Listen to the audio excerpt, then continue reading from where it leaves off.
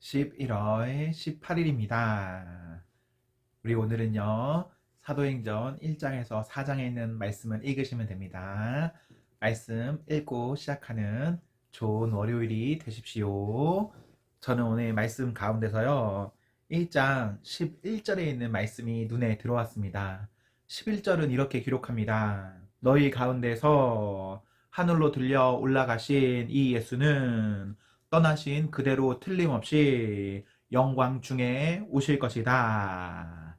네, 이 말씀이에요. 이 말씀이 왜 눈에 들어왔냐면요. 제가 올해 어떤 기간 동안 일본에 가서 있었습니다. 그런데 일본 어떤 해변가에 제가 이렇게 성경을 읽고 있었어요. 어떤 사람이 저를 한참 쳐다보더라고요. 그래도 뭐 저는 읽고 있는 걸 계속 읽고 있었는데, 그러다가 뭐 한 3, 40분이 지난 다음에 저한테 말이 거는 거예요. 자기도 기독교인이라고. 그런데 이제 신기한 게, 제1교포였고 일본에서 기독교인이 보는 건 흔한 일이 아닙니다. 정말 드문 일이에요. 그래서 너무 반가웠어요. 그런데 이야기를 하는 중에 뭔가 진짜 이상했습니다. 조금 이상하다는 걸 느꼈는데, 그래도 그냥 이렇게 이런저런 이야기를 했어요. 조금 이야기하다가 알았습니다. 아, 이분이 안산홍 증인회, 요즘 이름 바뀐 걸로는 하나님의 교회, 그 이단교회에 다니는구나, 정말 열심히인 분이구나, 이걸 알았어요. 이분이랑 이런저런 이야기를 하는데, 이 하나님의 교회의 특수성은 뭐냐면요, 본인들은 성경에 있는 말씀 그대로를 지킨다라고 하는 게 이 사람들의 특수성이에요.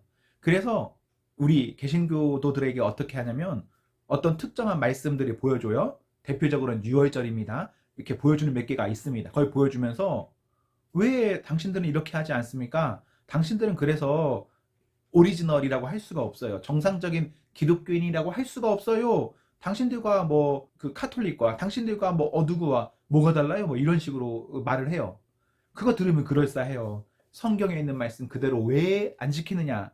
유월절도 그렇고요. 근데 이거 제가 나중에 말할 기회 있으면 말해드릴게요. 유월절 뭔지. 근데 이 구절에서 제가 갑자기 그게 생각난 이유는 뭐냐면요, 그 사람들은 본인들이 그 메시아라고 여기는 안산홍이 있고, 지금은 안산홍이 죽고 그의 와이프를 이제 제2의 안산홍으로 해서 예수님이라고 생각하는데, 그것들이 성경적으로 맞냐 틀리냐는 이 구절을 보면 알 수 있어요. 왜냐하면요, 이 사람들은 성경을 그 문자 그대로 믿는 겁니다. 있는 그대로 믿는다고 주장하는 사람들인데, 만약에 안산홍의 와이프가 예수님이 되려면 어떻게 돼야 되냐면요, 올라가신 그대로 다시 오신다고 했거든요. 그럼 이렇게 돼야 되거든요.